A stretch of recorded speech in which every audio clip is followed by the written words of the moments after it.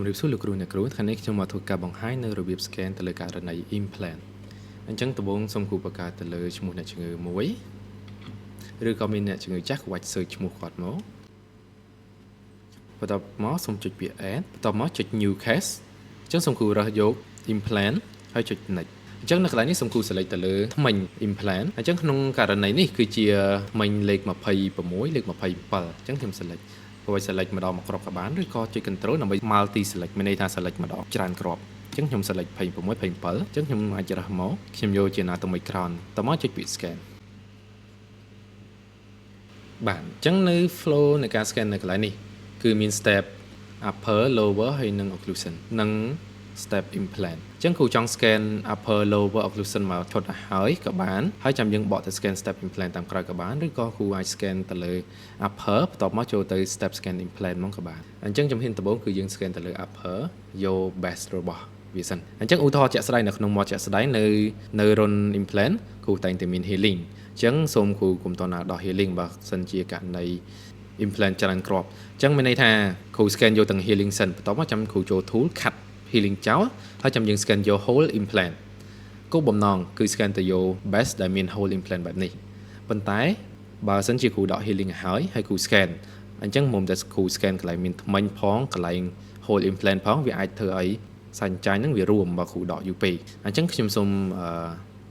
scan ក្នុងករណីឧទាហរណ៍ថានៅកន្លែងនេះមាន healing ហើយខ្ញុំនឹងកាត់វាតាមក្រោយអញ្ចឹងខ្ញុំសូមធ្វើការ scan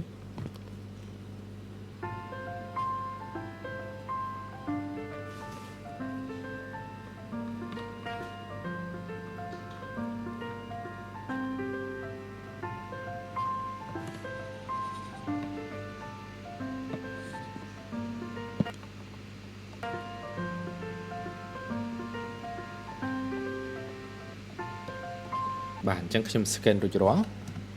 អញ្ចឹងដូចខ្ញុំឧទាហរណ៍បាញ់មិញអញ្ចឹងគឺកន្លែងនេះមាន healing អញ្ចឹងខ្ញុំធ្វើការកាត់ healing ចោល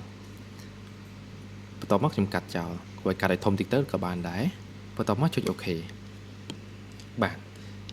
បន្ទាប់មកក្នុងមាត់ចាក់ស្ដែងគ្រូធ្វើការដក healing ចេញហើយយើង scan យក whole implant ម្ដង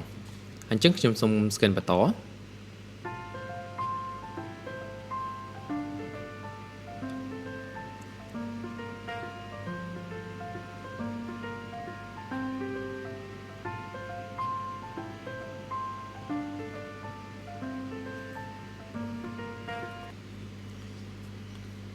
បាទ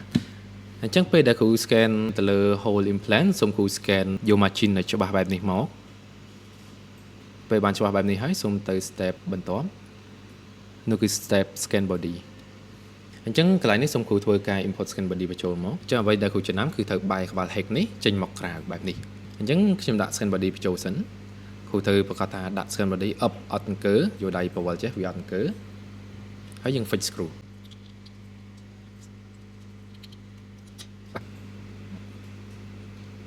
អញ្ចឹងកន្លែងនេះចង់បញ្ជាក់គ្រូគឺក្បាល head ហ្នឹងគឺគ្រូត្រូវតែបែរមកក្រៅបែបនេះហើយនឹងគ្រូធ្វើការថត sensor មកប៉ុសដើម្បី check មើលថា scan body ហ្នឹងពិតជា up ជាមួយនឹង implant បន្ទាប់មកចូលទៅក្នុង software វិញ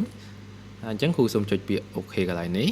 តោះមកគ្រូធ្វើការ select ទៅលើ scan body អញ្ចឹងគ្រូមាន implant ប្រហែលគ្រាប់ឧទាហរណ៍មាន2គ្រាប់អញ្ចឹងត្រូវ select ចុចចំ2គ្រាប់ដើម្បីយើង replace scan body បញ្ចូលក្នុងហ្នឹងអញ្ចឹងសូមគ្រូ zoom ឲ្យគៀកតោះមកគ្រូចុច select scan body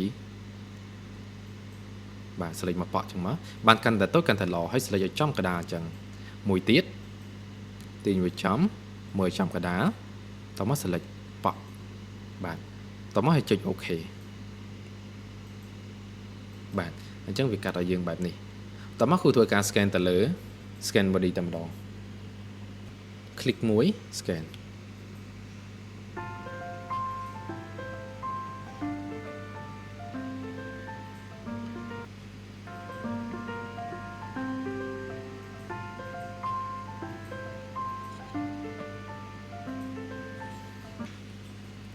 បាទអូខេប៉ុណ្នេះរួចរាល់ចឹងគ្រូអាច check មើលបានបាទអញ្ចឹងខ្ញុំ check មើលអ្វីដែលចាំបាច់ជាងគេគឺក្បាល head អញ្ចឹងគ្រូឃើញក្បាល head ចេញកន្លាជ្រុងបែបនេះហើយមានន័យថាអាចយកបានហើយណា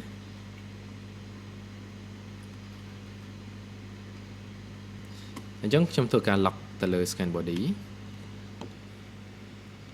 បាទអញ្ចឹងខ្ញុំរៀបរាប់ចំពោះការ scan body ពីរក្របនេះប៉ុន្តែបើក្នុងករណីដែលគ្រូមាន implant នៅម្ខាងទៀតដែលត្រូវ scan implant ដូចគ្នាគ្រូត្រូវដាក់ scan body ដូចគ្នា select scan body hole នៅកន្លែងផ្សេងបន្ទាប់មក scan ហើយគ្រូ lock ដូចគ្នាណាបាទអញ្ចឹងនៅក្នុង step scan body នេះគឺរួចរាល់អញ្ចឹងខ្ញុំបកទៅ step អង្តាកនេះដែលជា scan lower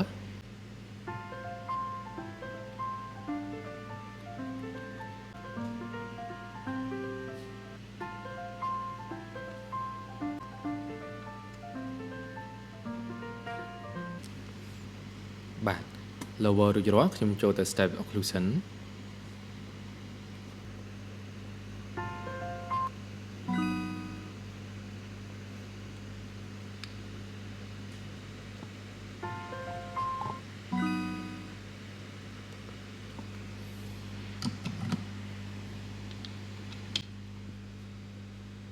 បាទអញ្ចឹង check up ទៅលើ occlusion បាទតទៅពី check up ថាត្រឹមត្រូវអស់ហើយ